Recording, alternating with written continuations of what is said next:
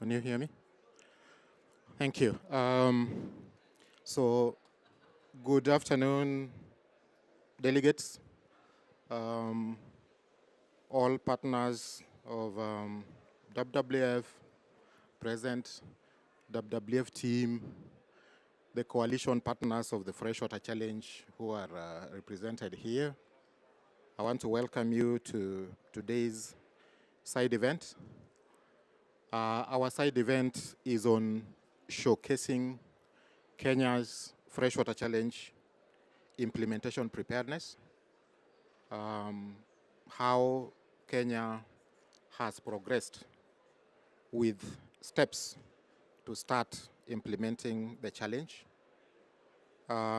With us, we'll have a very vibrant and warm team of speakers. One of our speakers is actually here with us, and four of our speakers, because of travel challenges, accreditation issues, could not be able to join us, and therefore they will be speaking to us online.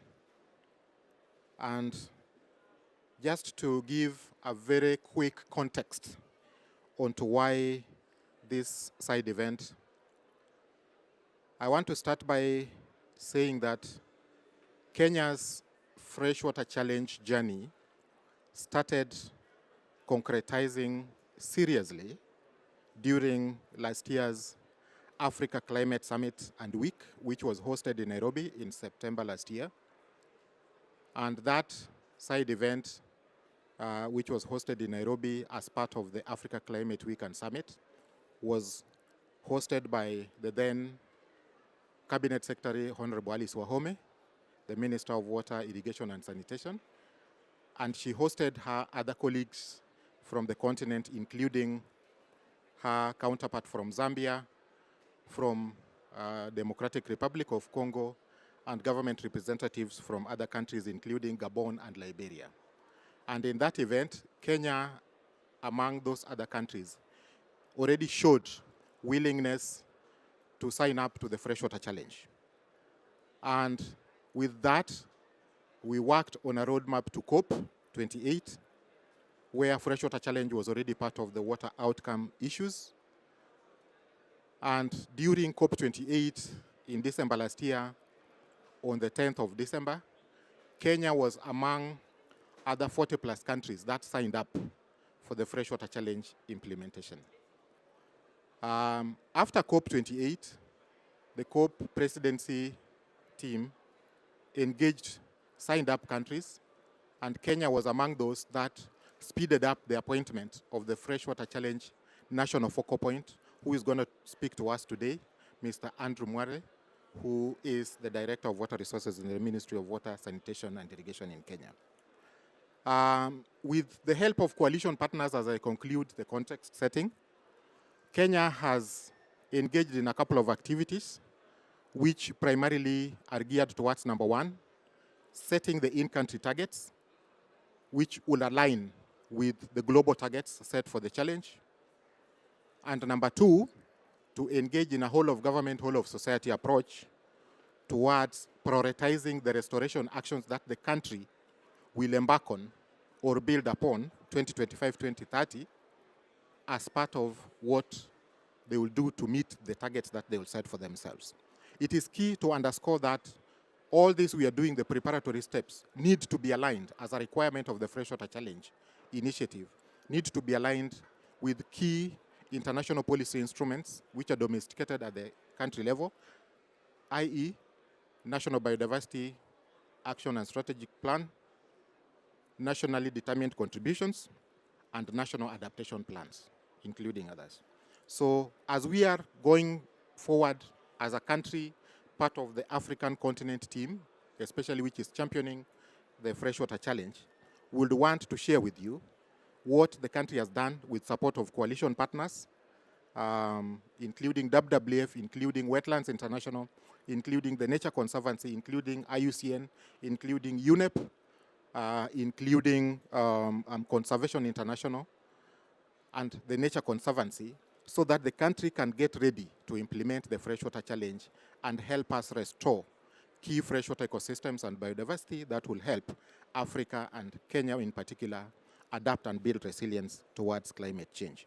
So without much further ado, I would want to start by segueing into the presentation segment of our side event by inviting Ms. Paola Martinelli, who is the Global Water Advocacy Officer at Wetlands International.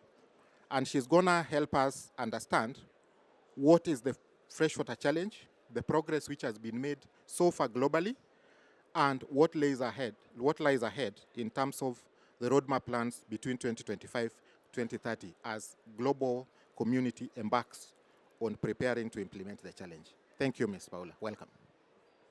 Thanks, Eric. A pleasure to be here. So I'll get to it because, we really want to hear about from Kenya. So what is the Freshwater Challenge? That's a country-led initiative that aims to accelerate, elevate, and substantiate the restoration of 300,000 kilometers of degraded rivers and 350 million hectares of degraded wetlands by 2030, as well as conserve intact freshwater ecosystem.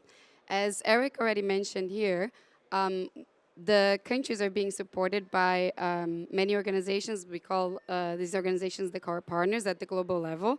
You can see on the slides, so I won't mention them again as Eric just did. And the whole process has been as a country-led initiative to really focus on the country's priority and needs at the national level and coordinate with the national partners as well how to better support the country so they can achieve their freshwater challenge. And these numbers that you see on the screen as the target of the freshwater challenge, they don't come out of nowhere. They do come out as a result of the CBD COP15. So 2 years ago, when inland waters were actually explicitly added to targets 2 and 3, meaning that countries are committing to restore and protect 30% of their degraded ecosystems. Our colleagues from WWF and Wetlands International, they calculated what that would mean in an actual quantitative value in kilometers and hectares, and this is the numbers we have. After COP15, 6 champion countries, Colombia, Mexico, Ecuador, Zambia, DRC, and Gabon, they officially launched the Freshwater Challenge at the UN Water Conference last year in March. And the journey after the launch of the Freshwater Challenge is a little bit of what Eric said. So COP28 presidency supported us and to get down the line at COP28 with the Freshwater Challenge as an outcome, where then we had 44 countries at that point joining us.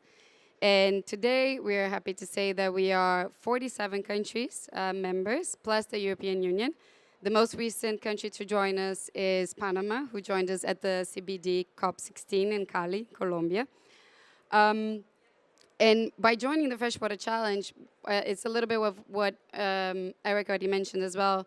Countries are, talking about their intent, their commitments to actually elevate freshwater ecosystems in their national strategies. So adding targets for freshwater ecosystems restoration and protection to their national strategies, which can be the nationally determined contributions, could be the NBSAPs, could be other strategies. So we have been supporting as well. So this is one of the roles that the supporting partners have, also supporting countries if that's their priority, to try to guide them and help them how they can achieve adding those freshwater targets into the national strategies. What has been happening so far, we are at this moment at the development phase, we would say, just quick overview of that, and that means that since COP28, where then COP28 presidency asked the countries to nominate contact points for the Freshwater Challenge, we started engaging with the countries on bilaterals and started engaging with the countries as a group as well to start really develop together, since it's a country-led initiative, on how the governance structure will look like. What are the conversations we need to have on resource mobilization? What kind of technical assistance the countries would like to have? And that culminated into our first Freshwater Challenge country meeting, which happened this year in May in Switzerland. You can see a picture there of the countries that were present. We had 32 countries that were able to be present, most of them on the ground with us, and a few online. And from that, one of the main outcomes from this meeting were actually the formation of this task force where countries volunteered to support and talk, discuss, put a little bit of their extra time in some of the form and function of the Freshwater Challenge. And our goal has been to have all that done and defined by the end of this year. So I think we are at our 5th meeting happening next week with the countries and following up the process that we have been agreeing on with all the countries to know and understand, and then we'll move forward and from that step. But other types of engagement at the global level have also been happening with the private sector. In World Water Week this year in Sweden, we had a private sector event with a lot of companies. You can see the first picture to the left. That's the Swedish event where we had the support of some companies, and it was really engaging. Start really talking about how we can co-shape the private sector support program, how private sector can actually contribute to the Freshwater Challenge and support countries to achieve their freshwater challenge as well, because one of the principles of the freshwater challenge is a whole of society approach, a whole of government approach. We also had another event in UGA in New York, USA, also focusing on the next steps of the private sector support program.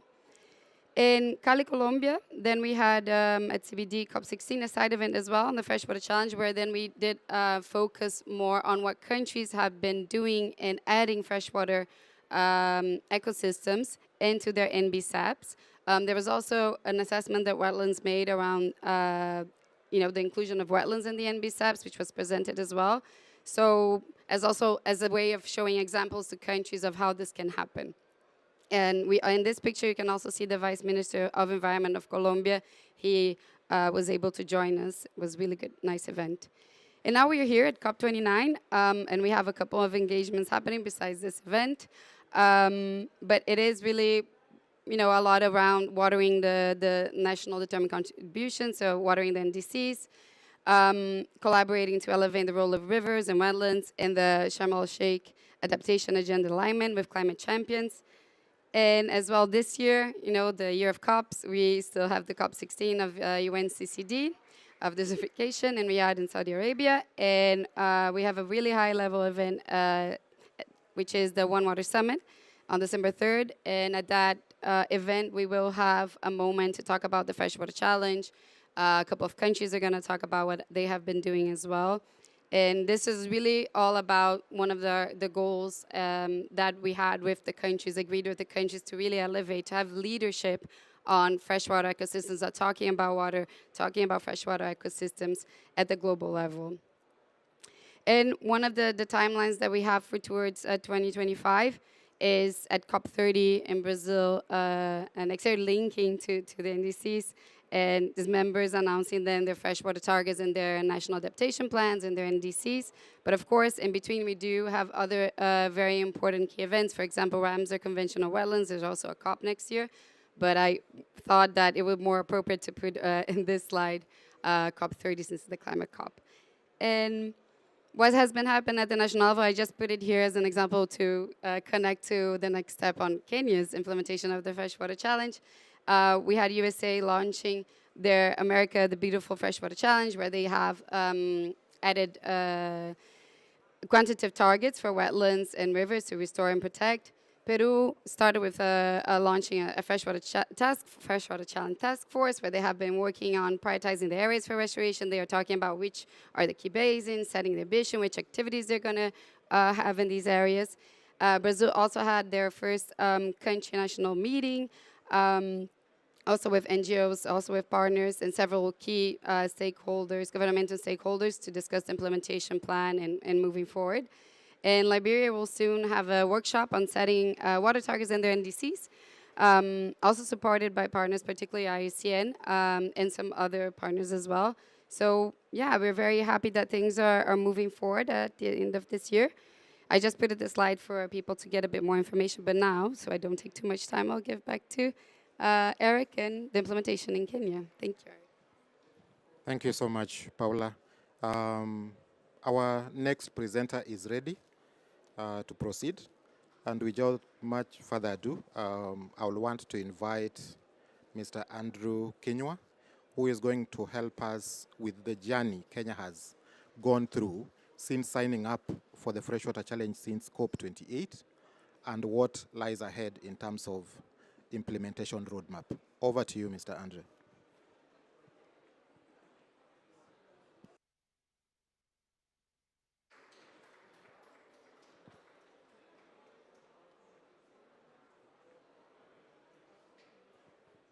While that is getting sorted, I'd just like to invite the audience. Please keep your questions active. Online audience, please share with us your impressions. I'm reliably informed that we have a very large online audience. Thank you. Thank you. So I proceed, Eric? I proceed? Andrew, you can proceed, but we don't have your picture on the screen. Every team, if yes. you could. Just proceed. I'm not on. Just proceed. We'll have that sorted. Just proceed. Thank you. Okay, all right. Thank you very much, Eric. Yeah, thank you. So we are very happy to be here this morning, so that we are able. It's afternoon already in Baku, and we are actually very happy to be in the Freshwater Challenge, because since the World Water Week last year, when the idea was shared, and we joined in the Africa Climate Summit in Nairobi last year. And we are happy. In fact, we are happy because we realize this is a country-led and voluntary initiative. But as government, we want actually to join and coordinate players, be they private, be they public, so that we are able to run this journey together. So my Minister for Water, Sanitation and Irrigation joined. Kenya joined at COP28 last year, and my minister was involved in a COP28 presidency ministerial function for the Freshwater Challenge, and we are happy that we participated in COP28 in many events that were related to Freshwater Challenge and also IWRM in general. So we are also very happy with the partners that have been assisting us, because since signing, we attended the Bali World Water Forum this year, supported by the very partners. In fact, it is WWF that supported us to attend the World Water Forum this year in Bali. And in the Nature Hub, I remember attending a side event where the Freshwater Challenge was the main topic, and shared what we are doing, and also got to hear from other countries what challenges they are meeting or as they run this journey.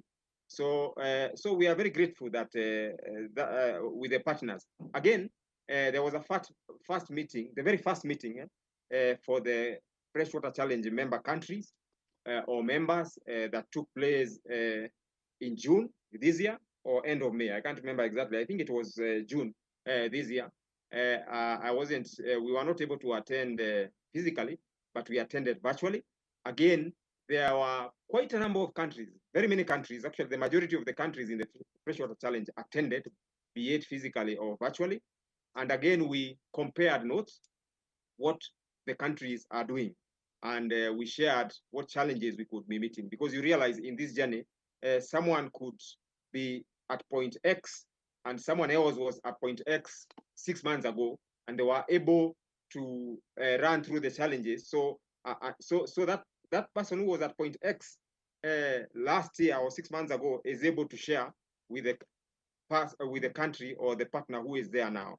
So we were very happy that we attended that meeting in GLO, and again,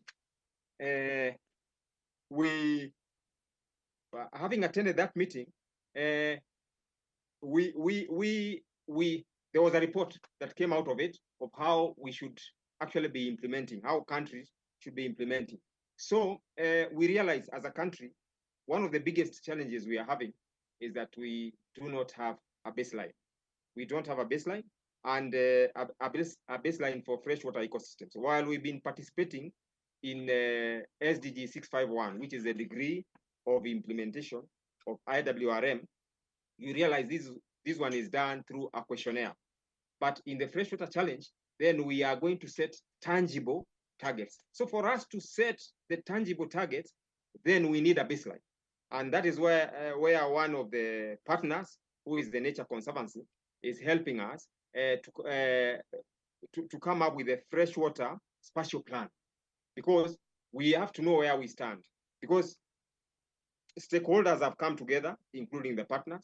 By the way, only earlier this month, I convened a meeting as a focal point of all the Freshwater Challenge partners who are locally represented here, and we wanted to hear what each partner is doing, even those ones who are not partners at the moment in the Freshwater Challenge space or in IWRM in general. So we had a meeting, and the purpose of the meeting is that we compare notes so that we stop working in silos, so that we work in a coordinated way.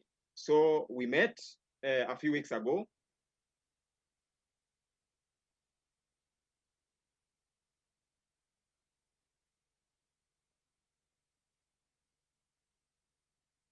The speaker is frozen.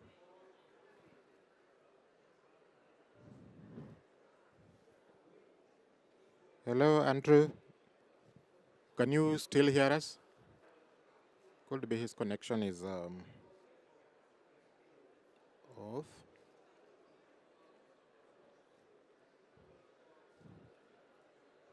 Any other speaker who is able to hear us? Lensa? Caxton? That can be confirmed on the ground.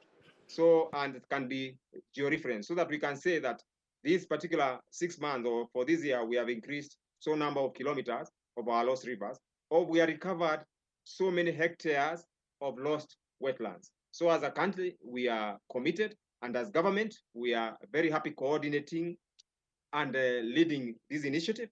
And we are very happy. And in fact, in this COP29, we hope that more countries or more members will be joining or will be signing up to it, so that we can run this together. Because the important thing is that we want by 2030 to achieve those targets that have been set, or even overachieve them, if you ask me. So as a country, we are very happy with what has happened, and we want to set tangible targets.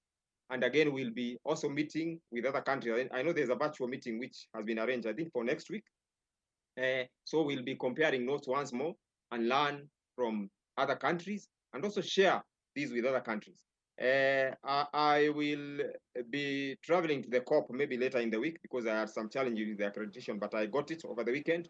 So maybe on Friday, I should be in Baku with another director who is the director of Transboundary Waters. So I'll be happy to meet some more partners, so that we can talk more to see how we can continue upping our game on matters IWRM, or matters catchment conservation, matters catchment protection. So let me stop there for now. If there are questions, definitely I can ask. Thank you, Eric, and the rest of us. And I'm happy to see you, Paula, having moved from WWF to Wetlands International. You are still in the space. Thank you very much. I'm happy to see you. I met you last in Stockholm. Thank you very much. Thank you so much, Andrew. That was really inspiring, and a notepad for other countries to borrow leaf, especially African countries.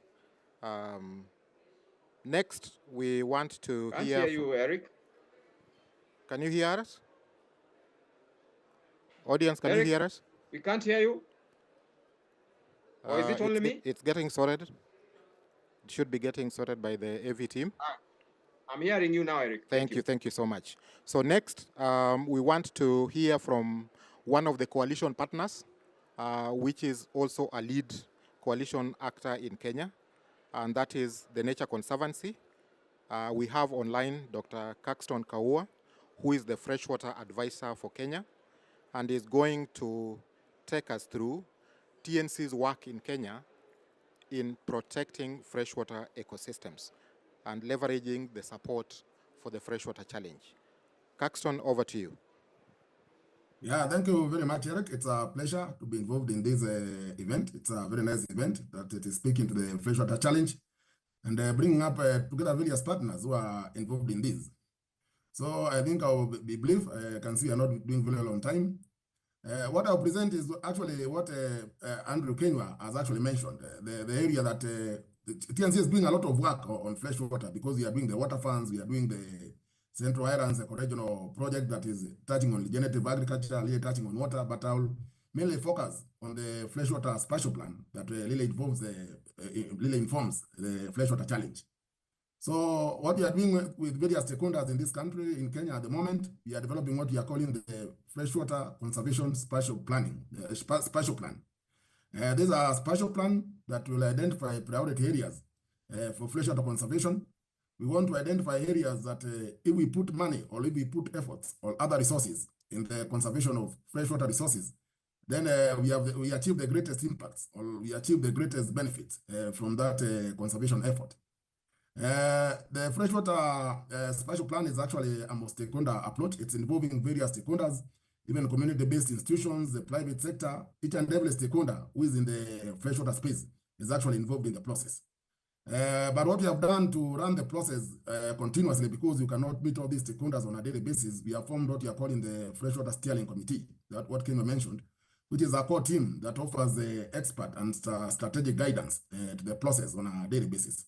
The objective of the freshwater conservation spatial planning that TNC is facilitating, first of all, is to inform and guide the conservation and management of freshwater resources, and also improve livelihoods through their conservation and management, through their sustainable conservation and management.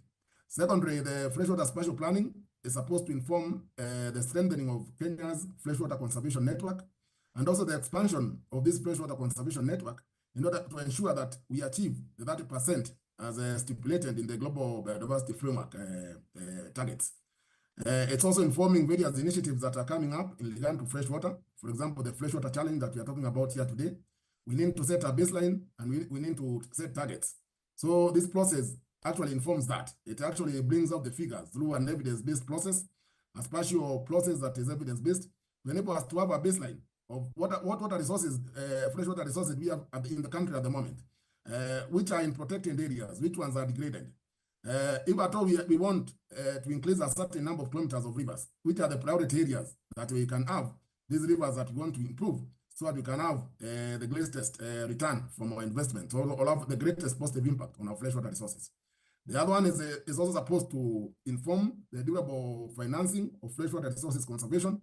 Here in Kenya, we are developing what we are calling the project finance for permanence. So in financing these kind of initiatives, we want to understand which are the best areas that we can invest, and which are the best activities that we can undertake in order to be able to conserve and manage our resources in a better manner. So as I said, the process is a multi-stakeholder approach. It involves a lot of stakeholder engagement.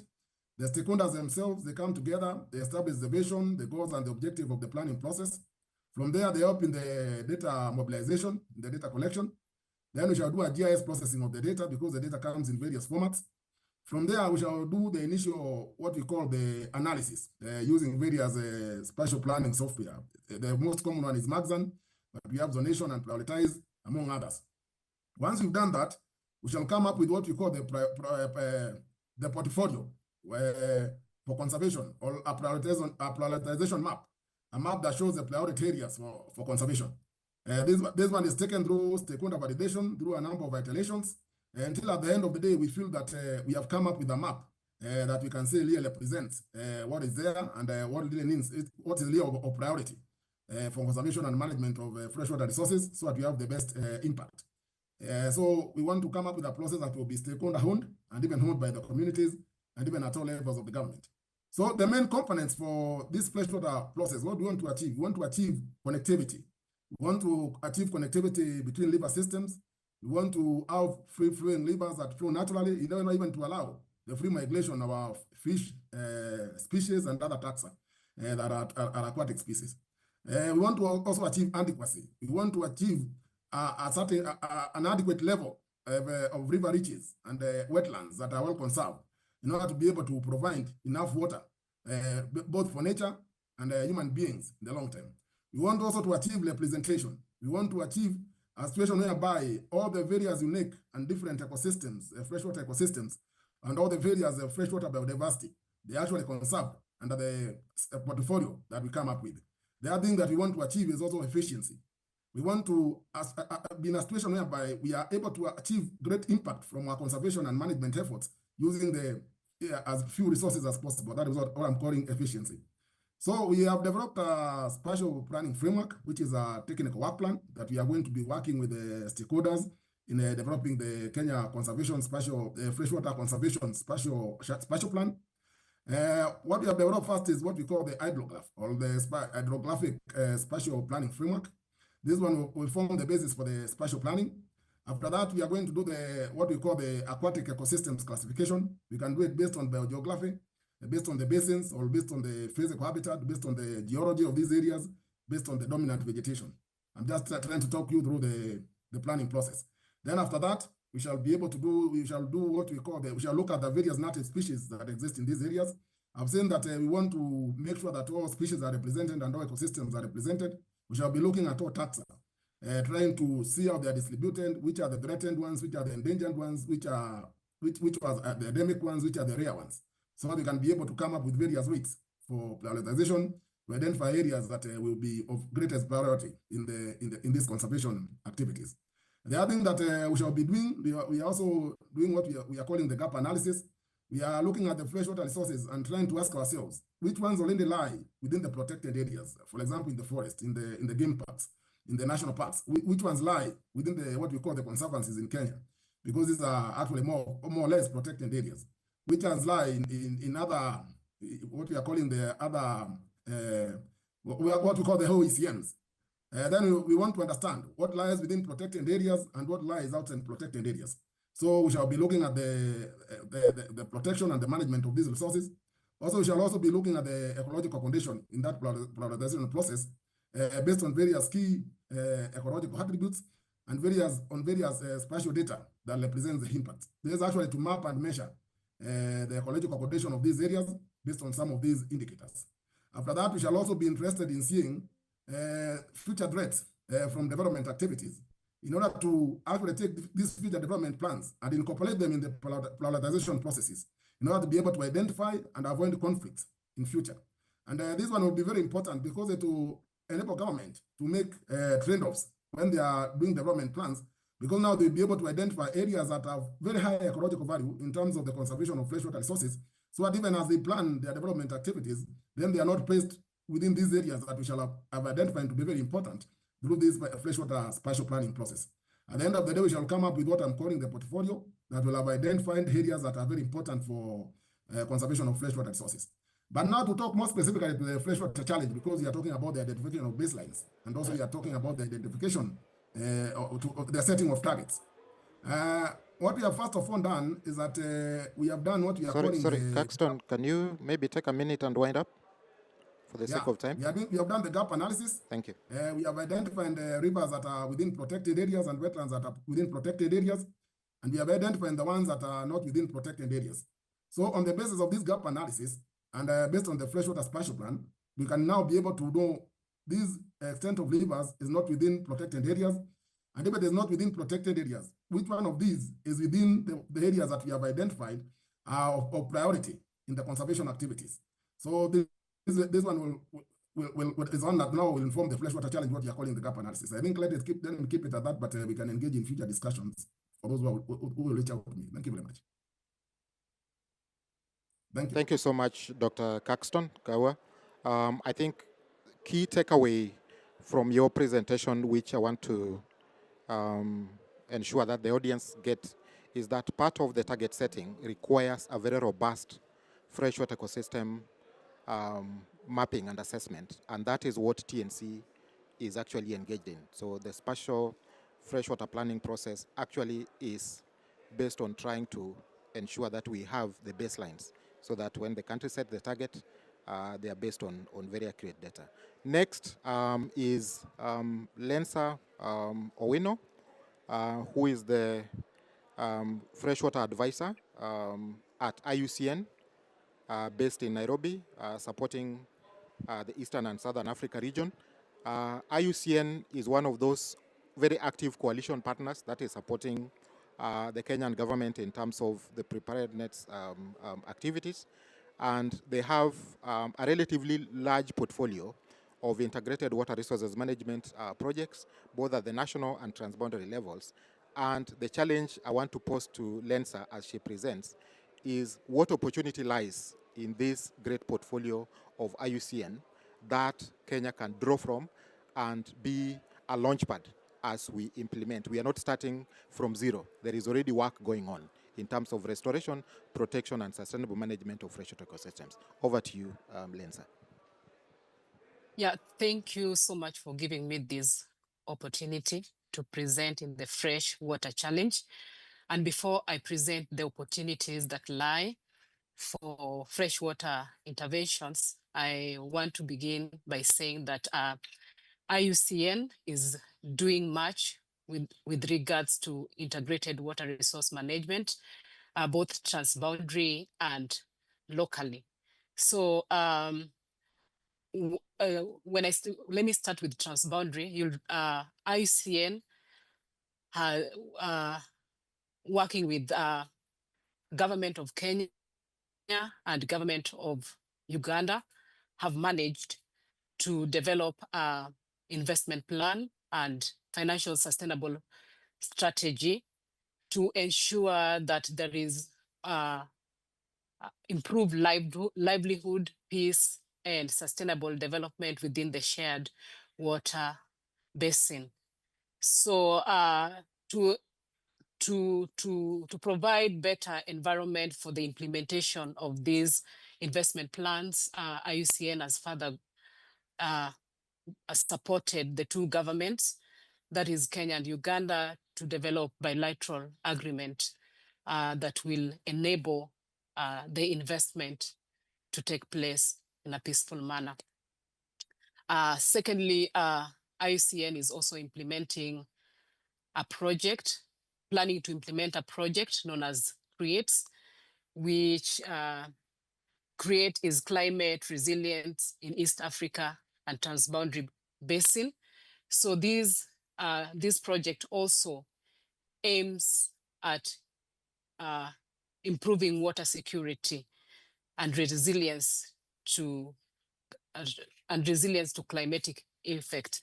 So with this, IUCN will ensure that governance instruments are implemented and developed and implemented. Those are plans, the policies. Yeah, so these policies are geared towards nature-based solutions and water resilience in infrastructure. So the third project or program that IUCN is implementing is Sustainable Transformational Accessible Water Intervention, STAWI, which is a USAID funded project in the northern regions of Kenya and southern eastern part of Kenya. So this is locally implemented, and the aim of this project is to ensure improved water secure country. So what IUCN does in the northern region is to support the development of governance instruments like the plans, the water allocation plans, the sub-catchment management plans that are implemented by the Water Resource Users Association at the local level. IUCN is also supporting the development of sustainable financial option, and IUCN is also supporting the implementation of nature-based solutions on the ground to increase retention, recharge of water resources within the northern part of Kenya. As we all know that the northern part of Kenya is arid and semi-arid areas. So we have to come up with nature-based solutions that can enable water resources to be conserved within that area. So the opportunities that lies for water challenge is that most of the plans, the policies, the strategies are developed, but the implementation is not fully done. So this is one area that partners can come in to ensure that the plans that are developed are implemented.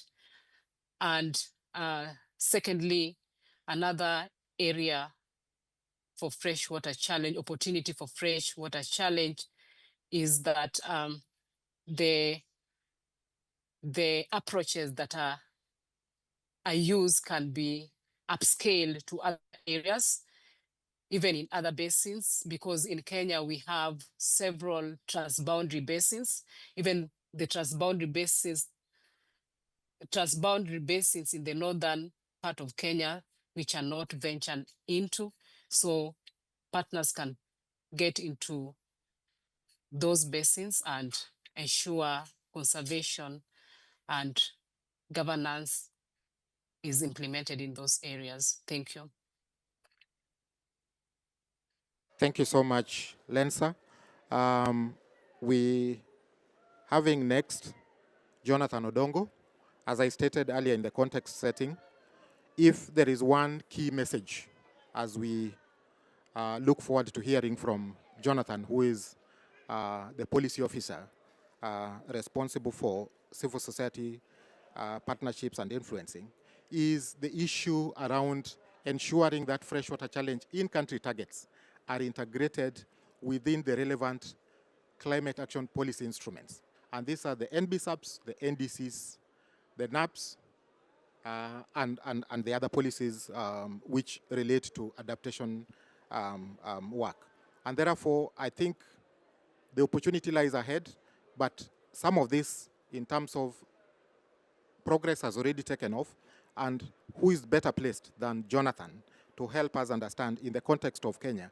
Kenya just released around August their NBSAP as they were preparing for COP16. So Jonathan, most welcome. We want to understand from your perspective what opportunity lies ahead in the NBSAP process, what has already been done. Is there an opportunity to segue the in-country targets to NBSAP? Is there an opportunity to segue the NBSAP, the freshwater challenge targets which Kenya will set into the NDCs and the national adaptation plans? Over to you, Jonathan. And for the sake of time, if you could, really work around 5 minutes, we'll really appreciate, so that we have time for audience to engage with you. Thank you. Okay, thank you very much, Eric, and thanks everyone for this opportunity to speak about Kenya's progress, especially when it comes to the instruments such as NBSAP, NDCs, and the NAPs. So I'd like to begin, and as you've rightly said as well, Eric, Kenya, at least we submitted as a country the national targets to the Convention on Biological Diversity Secretariat by August 1st, as was required. And we are still, though, as a country, working on revising and updating the NBSAP as a policy document. So as that happens and as the process is ongoing, I'd like to just highlight that there are quite a number of targets, and as most of us who are following the NBSAP revision and updating process are aware, we have the 23 targets that touch on quite a number of aspects when it comes to trying to halt and reverse biodiversity loss by 2030 as stipulated. And in Kenya now, some of the targets that are aligned, I'll just highlight them. The first target in NBSAP focuses on planning and managing all areas to reduce biodiversity loss. And as was mentioned by one of the speakers previously, the spatial planning here is very crucial. And Kenya is being ambitious here, in as much as at the global level, there is the talk about areas of high biodiversity. Kenya is trying to go after areas that have crucial biodiversity, and this means basically larger part of Kenya. Spatial planning will be very crucial in this space. The other area is target 2.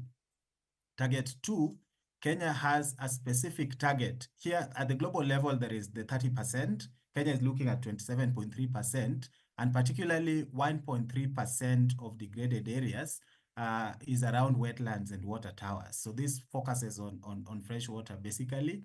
And Kenya is very, very categorical when it comes to these, especially around fresh waters. So the other target 3, conserve 30% of land, water, and seas. So here as well, there is the little bit of infusion of freshwater targets. And target 6 of the NBSAP, there is the focus on reducing introduction of invasive alien species. So this is also one area that as a country, Kenya is looking at protecting various ecosystems, including freshwater. And then there is another target, 7. This is on pollution. So reducing pollution levels. And also, as we know, water sources, especially freshwater, are heavily polluted. So Kenya split this target into 2 to focus on reducing, the nutrient loss and pesticide risks being halved by 2030. And then also there is the bit about plastic use. That is the second bit of target 7. The other one that is also very crucial here is target 11, which Kenya has looked at in terms of restoring, maintaining, and enhancing nature's contributions to people. So looking at nature-based solutions and ecosystem-based approaches. But as we always say, there is always an opportunity to ramp up the ambitions in terms of protecting our freshwater sources. And as we look at this in relation to freshwater challenge, there is an even bigger opportunity to integrate freshwater challenge targets into the NBSAP process. And I'm glad that the process is not yet over. We had a meeting yesterday at the national level, and there is the focus now on trying to make sure that NBSAP as a policy document is completed by February next year, which also aligns with the revision process for the nationally determined contribution, the NDC at the country level. So NDC also has quite a number of opportunities looking at climate change mitigation and adaptation at the national level. So the revision process in this case, and I'm glad we constantly see the effort to bring on board different stakeholders to play a part in making sure that our policy processes, the NDCs, the NBSAP, and the NAPs are as engaging as possible. So I hope that there'll be an opportunity to integrate the freshwater challenge targets in the NDC process as we revise the NDCs as well. And then also as we finalize our NBSAP as a policy document. And then the NAP, of course, for Kenya, it runs up to 2030. The periodic revisions as well. I know there is a window and an opportunity to make sure that all these are integrated. And as we keep talking about at the national and even the global level, there is the need to ensure that there is a synergistic implementation of these processes to also save on resources and also make sure that we maximize on achieving our targets as much as possible. So I'll leave it there so that we can answer questions as they come. Thank you very much. Thank you so much, Jonathan. And that marks the round of presentations and, discussions by the speakers. I want now to move on to some very 2 questions that I needed to just raise with the speakers, some of the speakers. If you realize the last 2 speakers actually contextualize their presentations within the arena of what we really want to really see featuring and informing the freshwater challenge. So for Ms. Paula, there is always talk ever since we started this initiative of us rallying countries and galvanizing support from across the globe. As you've reported, now we have 46 plus, 47 plus, that is plus the EU, if I'm not mistaken. And from Africa, and to cut this very short, there are countries where we are still struggling and lobbying, not struggling, but lobbying strongly that those governments join. I will not mention names here, but we want to project a picture of how does success look like when a country joins the Freshwater Challenge, so that that can be a message to governments which are still hoping to be influenced to join the Freshwater Challenge? Over to you, Paul. Thanks, Eric. Yeah, I mean, there are countries, I do understand where you come from. And I do think that what is really key is the message that we are sending out that around freshwater ecosystems. So there's not this question, okay, but why freshwater ecosystems and not, another ecosystem? Is really freshwater ecosystems and the role they play, as Jonathan mentioned, in climate mitigation, climate adaptation, in safeguarding biodiversity, and all the other services even that water provides to us in terms of energy. So it's energy security, is water security for people as well, right? So there is the messaging context, but what I really think is successful implementation. I think Kenya has been showing a lot of the steps that need to be taken to get there. I think it's a really great example of one, thinking about how this is gonna, how we are setting targets at the global level, which is being done, putting freshwater and then NBCEP's targets, so elevating freshwater, putting freshwater into the national strategies, be it LDN targets, NDCs, or NBCEPs, and so on. Two, resource mobilization, and that's, I think, a really key part for the successful implementation of the Freshwater Challenge that we have been working on as well, finding ways, thinking together, which I think is really also a great part of the Freshwater Challenges. We working together with the governments, working together with private sector, and working together among us partners to try to find solutions for financing the implementation of the Freshwater Challenge, and that's the actual implementation to restore and protect these ecosystems that are vital to actually achieving all the conventions that we've been talking about. Without water, we're just not going to reach any of those goals. So we do need these freshwater ecosystems to be protected and restored. Thank you so much, Paula. I hope we still have Mr. Andrew Kinyua online. Confirm. This question is to you. And you've really demonstrated a picture of a very supportive coalition partnership, especially the leading coalition partners of the Freshwater Challenge, which we have already mentioned. In terms of some of them even setting aside, funding. Some of them already dedicating activities which are going to inform, especially the preparedness activities and the preparedness phase, which includes target setting and prioritization of restoration actions. The question which begs your answer is, have you identified, or are you in the process of identifying other streams of potential funding, especially around technical assistance to this preparedness phase that the government of Kenya, the Ministry of Water can tap into, working together with the coalition partners? Over to you in a minute, if you don't mind. Thank you very much. Let me say, in fact, as a government now, we are looking also at public-private partnership, where first of all, we want to de-risk some investments, because investments in the water sector are being classified as risky ones, where many people do not want to put in their money there.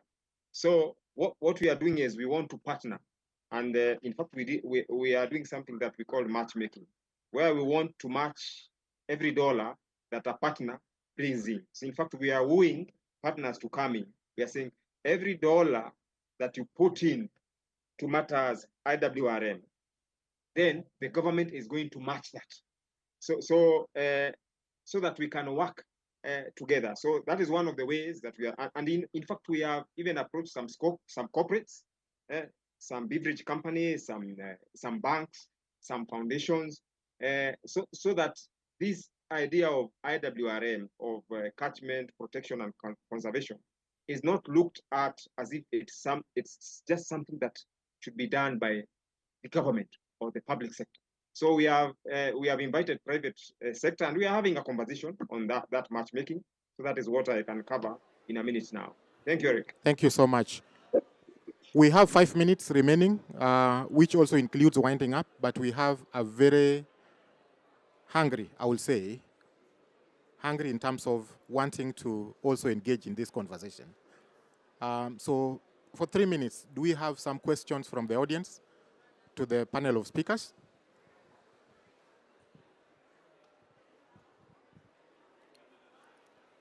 Hi, I'm Sina from the UAE, and thanks to the whole panel for sharing the experience of the Freshwater Challenge and also the progress of Kenya. Mr. Andrew, and I also invite all other panelists to comment on it, but I liked very much how you said you also changed the progress of a process of working. So you learned from other members within the network and you broke those silos. I was just interesting to hear from you and again other panelists as well, what learnings were shared within the network with you, and also how it changed maybe the progress for Kenya. And then secondly, if there are any learnings you would share with the new members joining as well. Thank you. Do I answer? Proceed. Oh, thank you very much. Thank you very much from UAE. Yes, we are actually learning from one another. In fact, in our first meeting, the one in Globe, where the countries came together, we shared experiences and we found that some are ahead.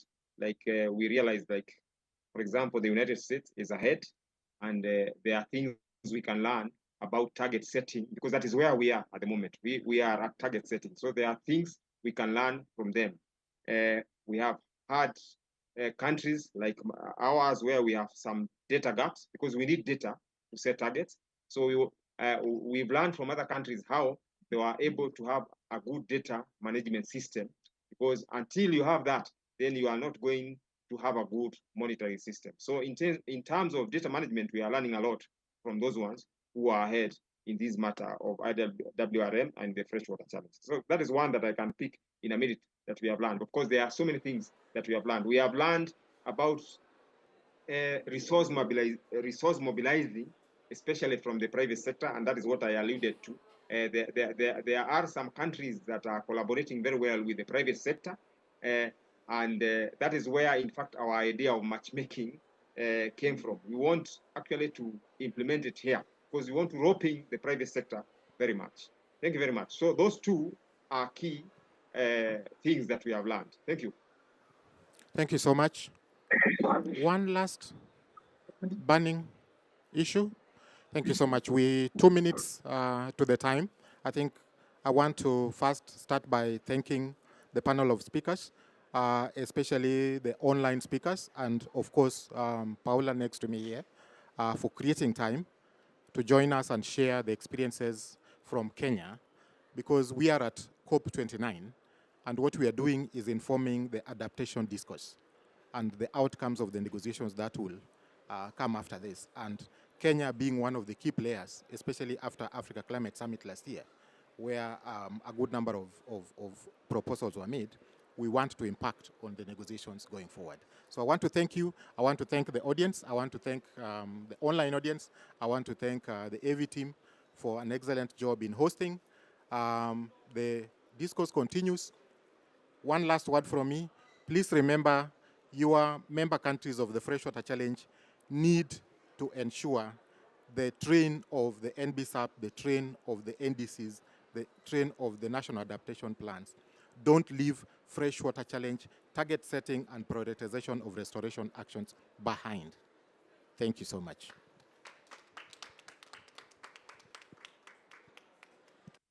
Thank you very much.